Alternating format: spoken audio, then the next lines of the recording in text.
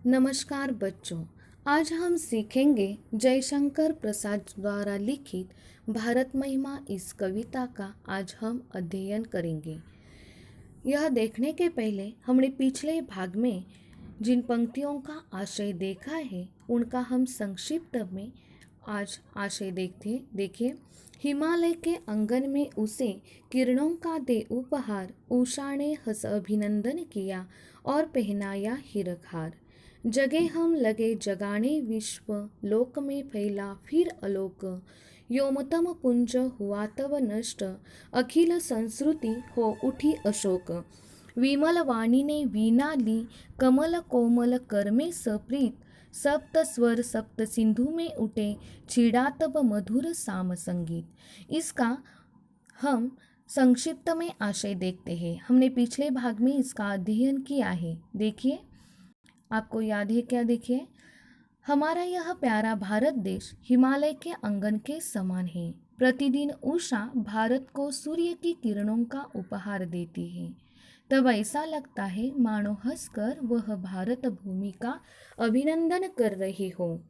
ओस की बूंदों पर जब प्रातःकालीन सूर्य की रेशमी किरणें पड़ती है तो ऐसा लगता है जैसे उषा ने भारत को हीरों का हार पहना दिया है। सबसे पहले ज्ञान का उदय हमारे भारत में हुआ, अर्थात सबसे पहले हम जागृत हुए। फिर हमने पूरे विश्व को जागृत करने का प्रसार किया। इसके कारण समग्र संसार आलोकित हो गया। अज्ञान रूपी अंधकार का विनाश हुआ और संपूर्ण सृष्टि जो है वह दुख शोक से विरहित हो गई। वीणा की देवी सरस्वती ने पवित्र हाथों में, कोमल हाथों में वीणा उठाई और उसकी झंकार से सप्त स्वरों में स्वर गूंजने लगे और वह सप्त स्वरों के स्वर जो गूंजने लगे वह सप्त सिंधुओं में उसकी झंकार गूंजने लगी और मधुर संगीत का जन्म हुआ इसी महान हमारे देश में। महान देश में संगीत के वेद सामवेद की रचना हुई।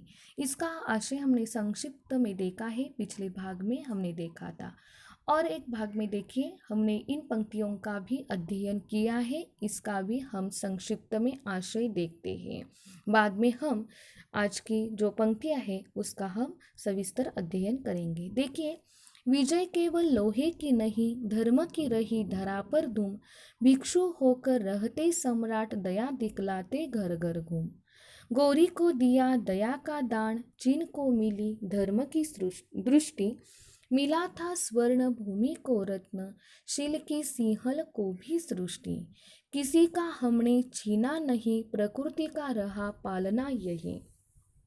हमारी जन्मभूमि थी यही, कहीं से हम आए थे नहीं।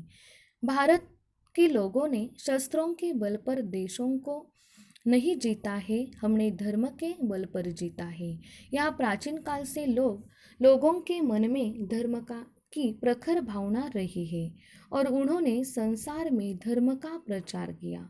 यहाँ गौतम बुद्ध और वर्धमान महावीर जैसे धर्म पुरुषों ने जन्म लिया, जिन्होंने विशाल साम्राज्य छोड़कर वह भिक्षु बनकर घर घर घूमकर उन्होंने लोगों का कष्ट दूर करने का प्रयत्न किया, धर्म का प्रचार किया। हमने मोहम्मद गौरी को पराजित करने के बाद उसे दयापूर्वक छोड़ दिया, उस पर दया दिखलाई। हमारे देश से ही चीन को धर्म की दृष्टि मिली है। भारत के महान सम्राट अशोक ने अपने पुत्र महेंद्र और पुत्री संघमित्रा को बौद्ध धर्म के प्रचार के लिए चीन स्वर्ण भूमि अर्थात जावा और श्रीलंका भेजा। जावा और श्रीलंका के लोगों को उन्होंने पंचशील, बौद्ध धर्म की जो पंचशील तत्व है उनका उन्होंने क्या किया है? प्रसारण किया है, उनका ज्ञान दिया है। अहिंसा, सत्य, अस्तेय, ब्रह्मचर्य, अपरिग्रह, इन सिद्धांतों का उन्होंने प्रसार किया।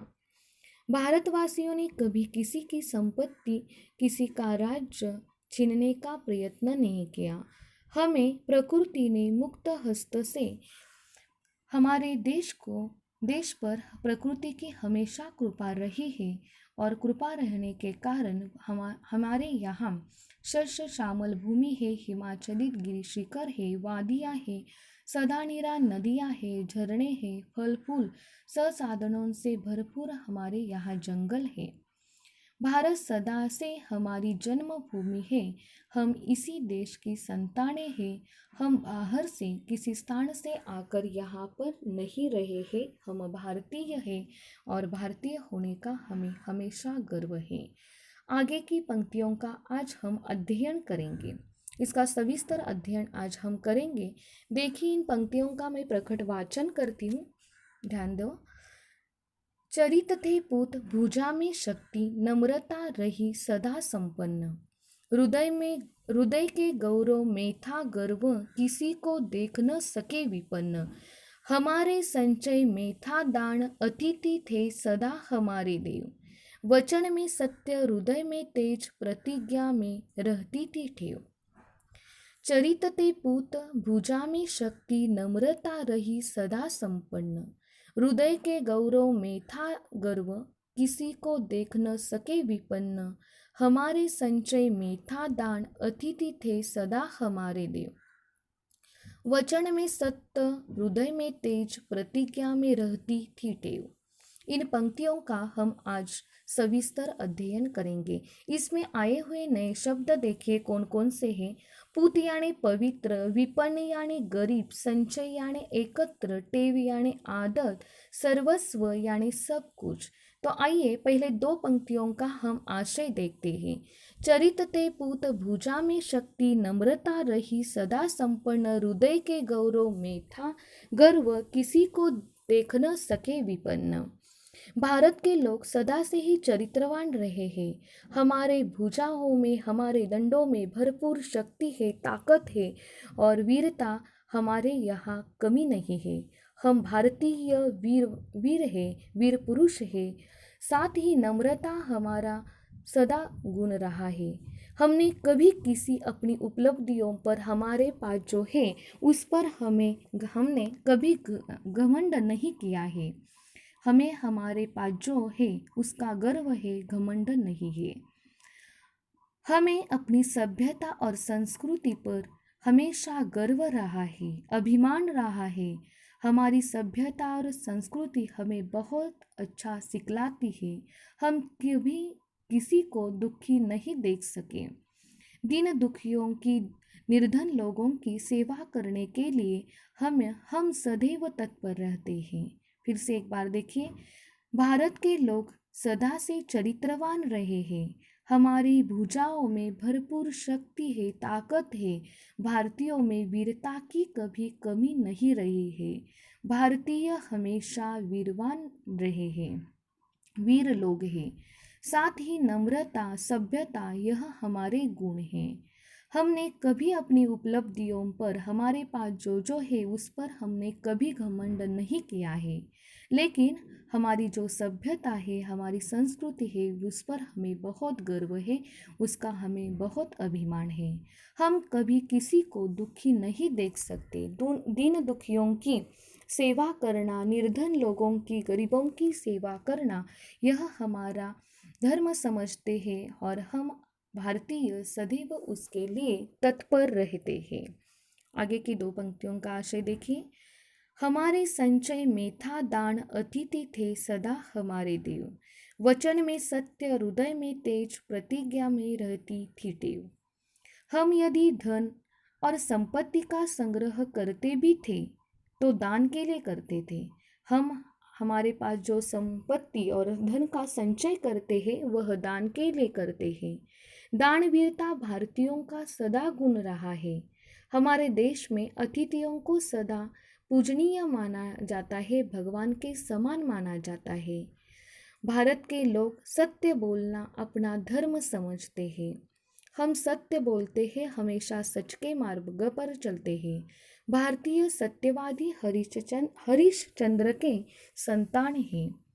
हमारे हृदय में तेज है, गौरव है। हम सदा अपनी प्रतिज्ञा, अपने वचन पर, अपने शपथ पर अटल रहते हैं। प्राण जाए पर हम अपने वचन न जाए, हमारा जीवन मूल्य है। हम दिया हुआ शब्द हमेशा पालते हैं, हमारे प्राण देते हैं, हम अपने प्राण की आहुति देते हैं, लेकिन हम अपने वचन का पालन हमेशा करते हैं। देखिए फिर एक बार, हम यदि धन और संपत्ति का संग्रह करते भी थे तो दान के लिए करते हैं। दानवीरता भारतीयों का सदा गुण रहा है।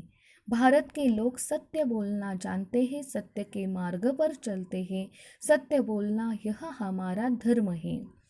हम भारतीय सत्यवादी हरिश्चंद्र के संतान हैं। हमारे हृदय में तेज है, गौरव है। हम सदा अपनी प्रतिज्ञा, अपने शब्द पर, अपने शपथ पर अटल रहते हैं। प्राण जाए पण वचन न जाए, यह हमारा जीवन मूल्य रहा है।